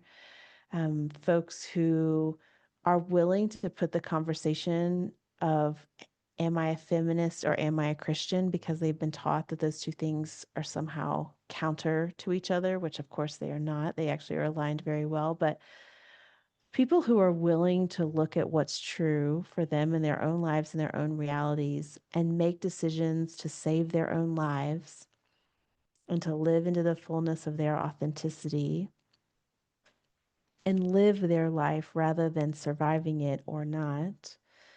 Those to me are the aspirations. It gives me such feelings of bravery and courage because if others are willing to do that in the name of who they know themselves to be, there is no reason why me, with all of my privileges, shouldn't also aspire to live as fully into that truth, into that knowledge of who I am and what God has called me for. And that is definitely where hero feels the most appropriate for me. Awesome. I love that. What you're saying there about, like taking my question, what is a hero to you, is taking a lot of what I aspire to do with my Mm. message, in that anyone can be a hero. And Yes. if you take a look at some of the most prominent and influential heroes, there's oftentimes a lot of them that do have something special about them. Peter Parker as Spider-Man, he was bit by some radioactive spider and gained these powers. I think of Batman and having all of this money and all of this advanced technology and like the entire business that he was able to leverage to get where he was, and his genius level intellect and everything. And the people who personally are the most influential and meaningful heroes are those who are like the everyman. Mm-hmm. I think of Frodo and Aragorn from The Lord of the Rings. Frodo didn't have anything special about him other Mm-hmm. than just his pure fucking determination to do this thing that he had agreed to do. And Aragorn, yeah, he had a lot of training with his weapons and everything, but he put the time into that. That's right. And I And think that's true for everybody, right? yes, I'm as a Christian, I believe that the universe and God co-conspire at every moment to bring people into the world that it needs to save itself, to bring about new creation. And so that work of what is the thing in you, which is often the thing that gets you out of bed in the morning, it's often the thing that's like your guilty pleasure, putting in the time, as you just said, putting in the time and the energy to really exercise those muscles of the things that make you come alive, that feel like I could just do this forever, even though it's tiring. I feel just so excited and committed to doing this thing. So even Frodo is like, he wasn't excited to do the thing. And I love that quote that's like, I wish that I wasn't born in a time like this. And Gandalf is like, yes, we all wish that. But the question is, what do you do now that you are? And I think that that is the thing of like the commitment to the thing, whatever the thing is. And it's not supposed to be a miserable, sacrificial kind of I am bloodletting my life force for this thing, but rather the thing that is hard maybe, but that you put in the time and practice. And it's like I feel more myself the more of this that I do. And I believe that that's true. And I believe exactly whatever that thing is what the world needs from you in this moment. And absolutely, that is what makes you a hero. yes. And to piggyback on that, I have said this multiple times. We don't need more martyrs. No, we do We not. don't need people to just give of themselves until there's nothing left to give. We need people who are going to be in it for the long run, who are That's going right. to take care of themselves, who are going to be there and support others in Yep. order to help them get there. And yet there seems to be such a martyr complex of how we navigate life that it's like, I just have to keep giving and giving and giving and giving, and then I have to give some more. And that's how people burn out. Well, that's white Christian supremacy because we're Yep. taught that Jesus was the perfect lamb who sacrificed everything on the altar of, our salvation to a awful God who needed blood as the payback, blood magic as the response to some attack on God's honor because of our sinfulness. And so when we are taught that is the ultimate ideal, then we miss the truth, which is that Jesus was a freedom fighter against empire, and he was Yes. sacrificed on the altar of empire because he was working to destroy it.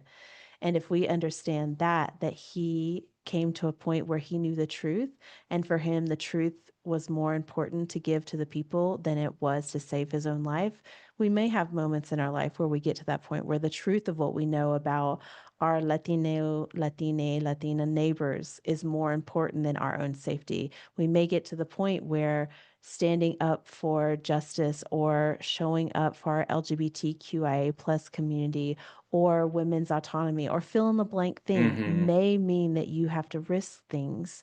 Maybe it means you have to risk your job or your reputation. That is the kind of call that Jesus has called us to. But this kind of like, here I am, take me for a sacrifice on the altar of a system that is unjust entirely misses the point of what Jesus was trying to do.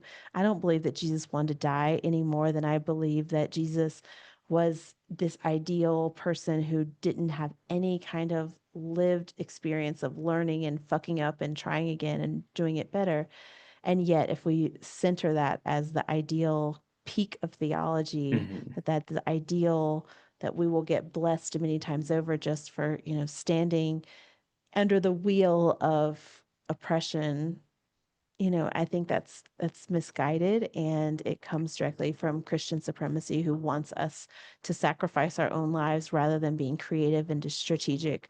In the forest or in the jungle, there is chaos everywhere. And so we've been taught that there's this very formulaic kind of orderliness that we should execute all resistance and all learning. And creation is not like that. The ocean isn't like that. Nothing is like that. It is much more chaotic. And every plant and animal has their intention of what they're trying to do and how they get there.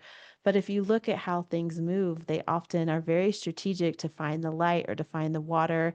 And it looks Hmm. like a mess from the outside, but it's about the end goal in mind rather than the easiest path that might be right over the course of where the lawnmower is going or the deforestation is going. So I just think it's really important to get behind the spirit of what, if Jesus is our example, I absolutely take him as an ancestor who is an example, then he did everything he could to promote life and life abundant for all people, for all beings.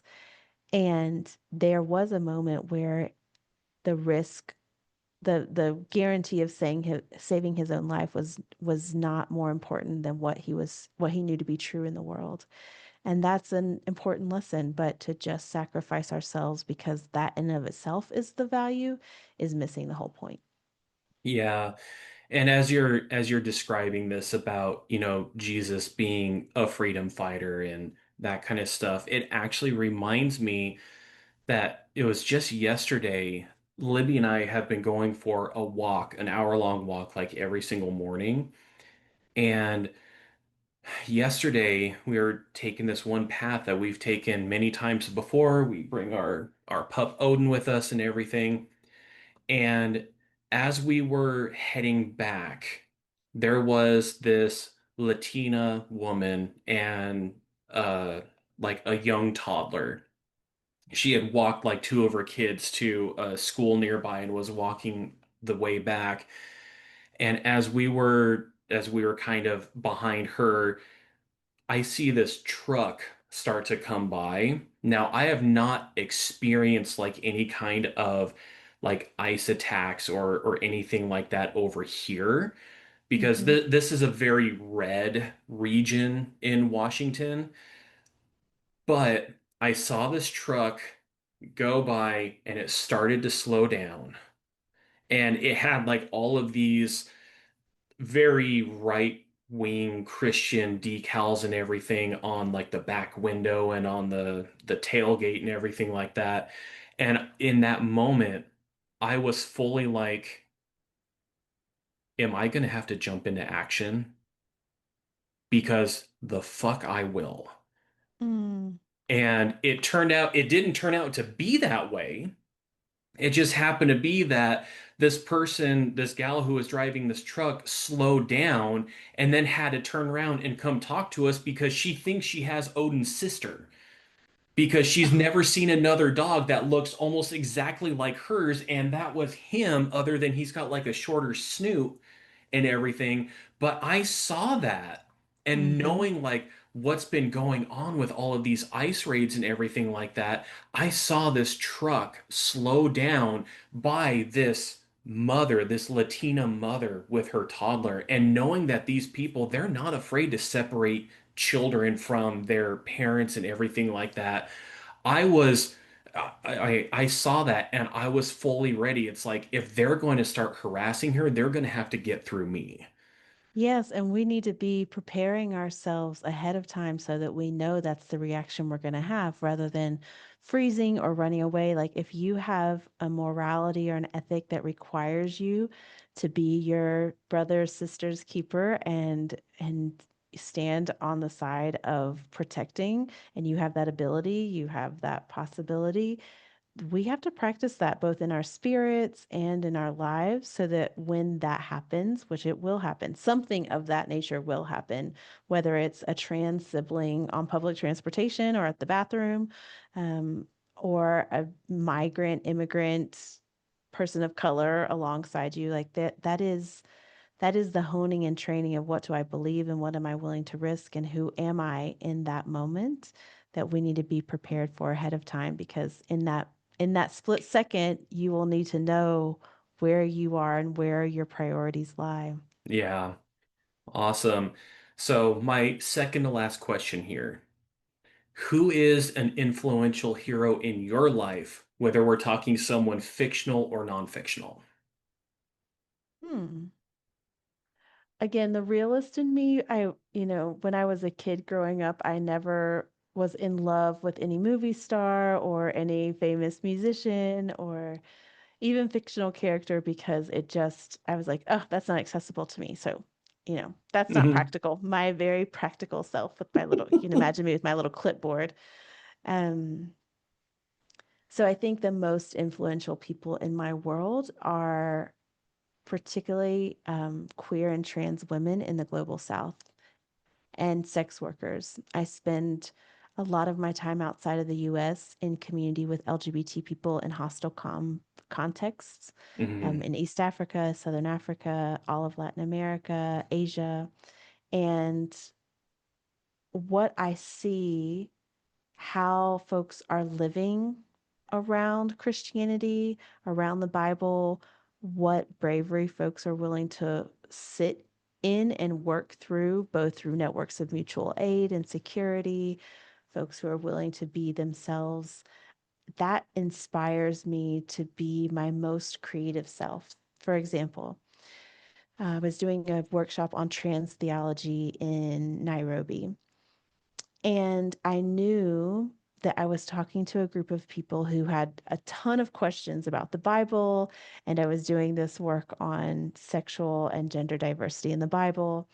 And I was thinking about all the resources that we have in the US and other places as LGBT people. And I was thinking about what do I say to a group of young folks who can be arrested just for others knowing that they're part of this community, who can't be their full selves, who I can't encourage to wear your most fabulous dress if you were assigned a boy at birth, right? I can't, that is the kind of encouragement that I would do in a different place. It's like God loves you in your full regalia. God loves you in your full D&D dress up, like character mode activated kind of way.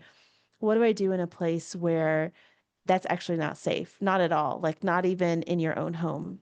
Yeah. And so, in response to that, I created this um, imagination exercise of what I called it prophetic imagination. And we spent time in our minds thinking about what would I feel like? What would I look like if I was never concerned that I would be judged as a predator or to whatever, fill in the blank, not my gender?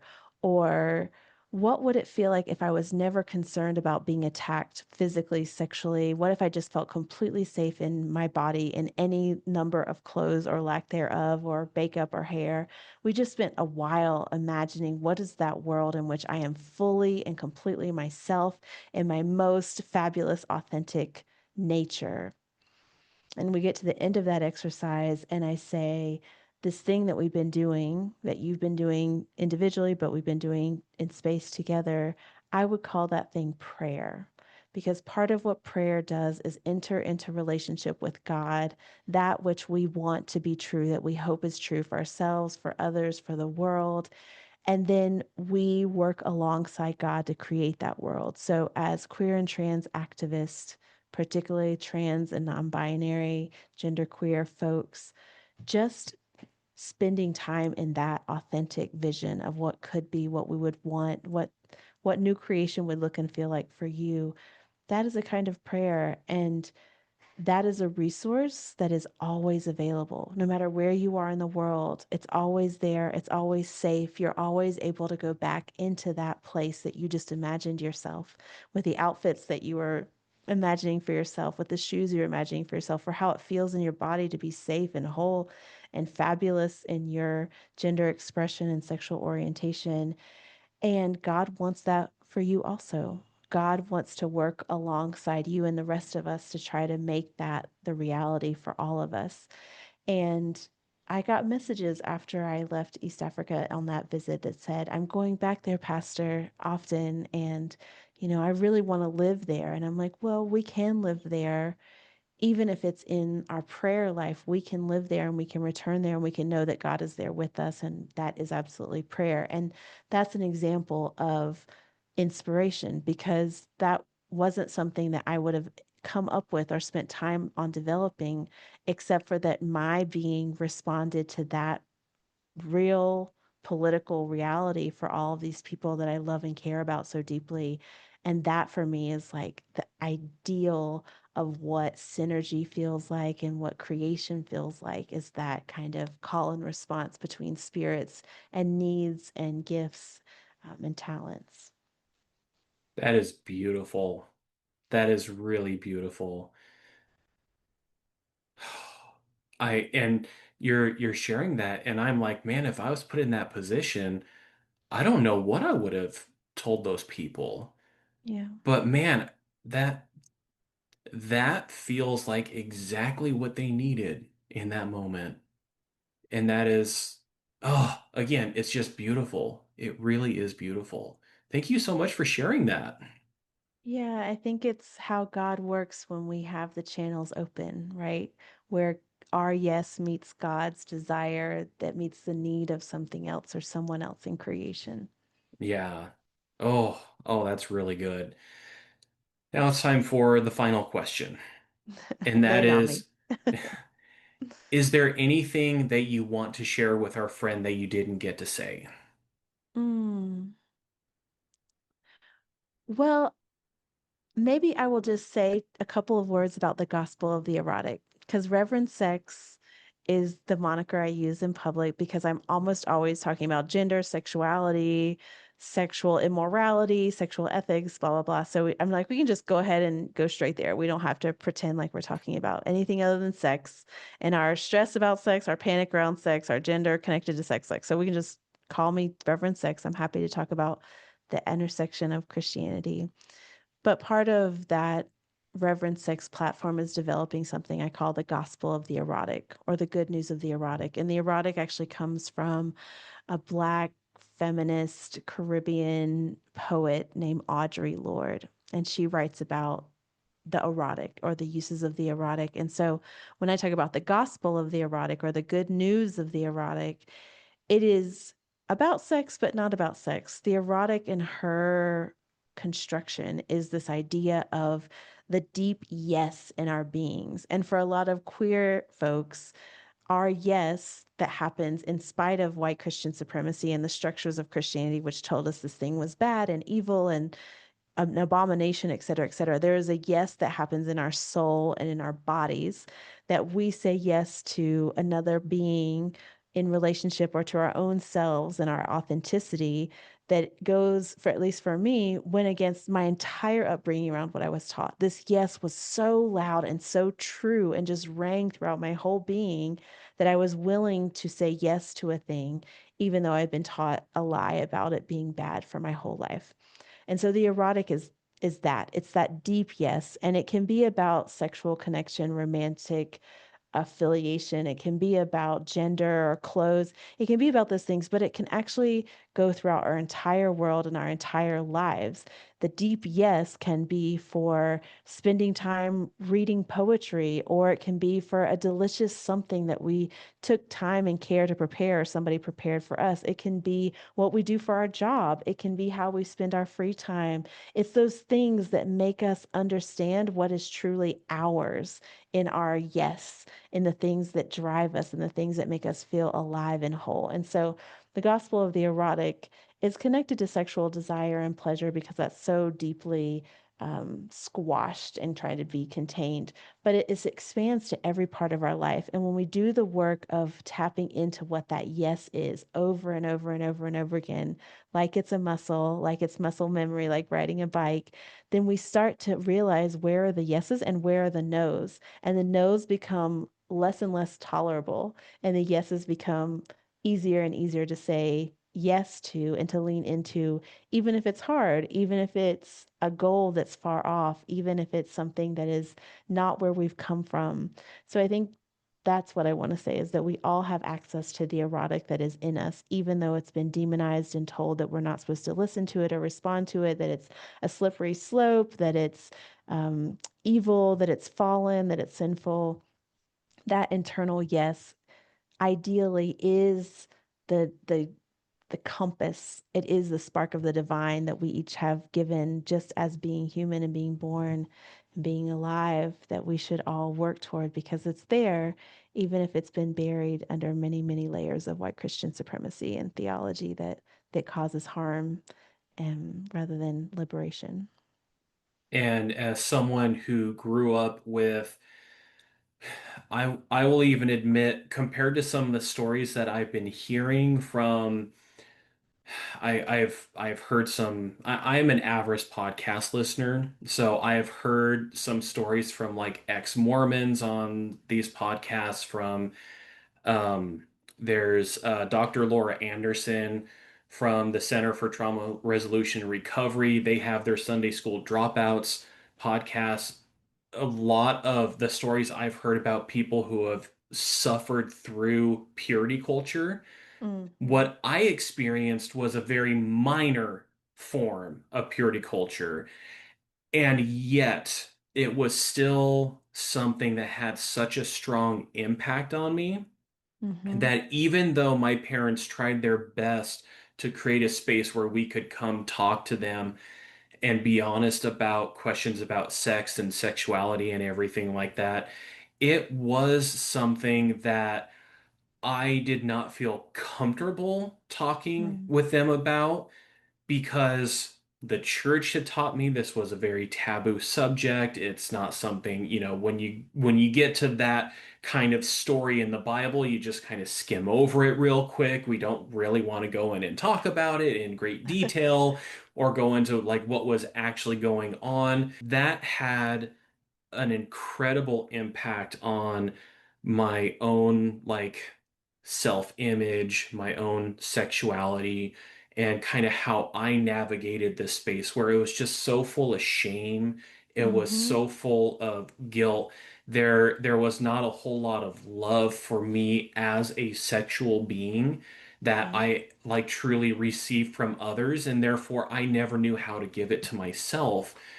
And so just even you taking on this moniker of Reverend Sex and being like, you know what, this is what we're going to be talking about. And it's not just about sexual arousal, it's not just about sexual intercourse or anything like that, but things that are erotic. Like, I think of things that have passion, things that have Mm. pleasure, things that really set this fire within our belly. Mm-hmm. And almost kind of what we were talking about earlier can be the things that get us up in the morning. Mm-hmm. And how can we take this thing that has been so co-opted to mean this one very specific thing of, is it erotic? Okay, does that mean that I'm getting an erection right now? Okay, well then therefore it's erotic in nature, and usually that's a bad thing. Yeah. But how can we take that and then marry it to this thing of, hey, you know what? This is how God created us. Mm-hmm. God created us to enjoy and take in the beauty of his creation. Mm-hmm. Whether we're talking about, the beauty of someone of the opposite or even the same gender, Mm-hmm. or like the beauty of a sunrise or a sunset, and just seeing the beauty of his creation with like butterflies and moths and flowers and just nature in general. Mm-hmm. Oh, that's really good. Yeah. It's really important because there's, as Audre Lorde would say, there's a reason why we've been told to ignore that in our own beings, and it's so that we can be controlled on the outside. So if we do the work, it is deeply subversive, it is deeply resistance work, to do the work of honing that internal yes, because it will be different for different people. Yeah. And that is what makes us interesting and beautiful. It's not in our difference, it's in our particularity, it's in our way of being our own selves that we have the expansiveness of all of humanity and creation. And that's really a beautiful thing. Yeah. And knowing that all of creation, if this is the narrative that you believe, was created by God, Hmm. then that means there is beauty in all of it. That's exactly right. Even those who are straight and cisgendered like me, those Hmm. who are queer like you and like my gay friends, those who are transgender, like my friend Jenna, that, I wish I could go back and apologize to her for the horrible things that I had said back, you know, before my frontal cortex was fully developed and I had a better understanding of all of this. But we are all beautiful in our own unique way. And that just creates this mosaic of what the world can look like. And no one else can really tell you where you belong in that mosaic. Yes, and we actually need all of us to live into the fullness of whatever is true and alive for you in that momentum toward creation, toward healing, toward wholeness, because nobody else can fill that piece of the mosaic that is yours to fill. It's exactly you shaped. It's exactly oriented to your strengths, to your gifts, to your talents. And it's our responsibility. And I would say, as a pastor and as a Christian, it is actually our duty to creator to lean into those gifts, those alivenesses that we were given, particularly by God, and develop them the best that we can because they're there for a reason and for a purpose, not to be hidden under a bushel, to use church language. Absolutely. Well, Reverend Alba, this has been an incredible conversation. I can't thank you enough for giving me your time and just sharing your story and your outlook here. Thank you so much. It has been a wonderful pleasure to spend the time with you and with all of y'all. And if people do want to hear more from you, because I Mhm. did kind of mention your podcast and everything, but where can they find more about you? Yes, I am on social media at Reverend_Sex. You can also find me at reverendsex.com. And Soulforce, you can find at soulforce.org or at soulforce.org on social media. And we also are on all streaming platforms for podcasts of Theología Sin Vergüenza in English this season and Love Letters with Reverend Sex. Awesome. And I have all the links and everything. I will include them in the show notes in the description so you can easily go track down Reverend Sex wherever it is that you want to connect with her. Them. I'm still getting better about using pronouns. So I like all of them. I like I all of them. I know.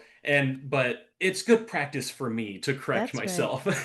That's right. That's right. So I again I can't thank you enough. And I look forward to following more along with your journey with the podcast and everything. And I cannot wait to share this conversation with our friend.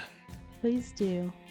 So we'll see who is the hero for next month's study. I think I know who it is, but it hasn't quite been confirmed yet. If everything goes according to plan, it's going to be Michael Marshall from the Merseyside Skeptic Society, and I'm really looking forward to having a conversation with him. So until next time, just keep up the good work. Keep doing everything you can to be the hero in your own story. Just keep taking those little steps to get yourself there. And until next time, live strong for today. And know that you're not alone.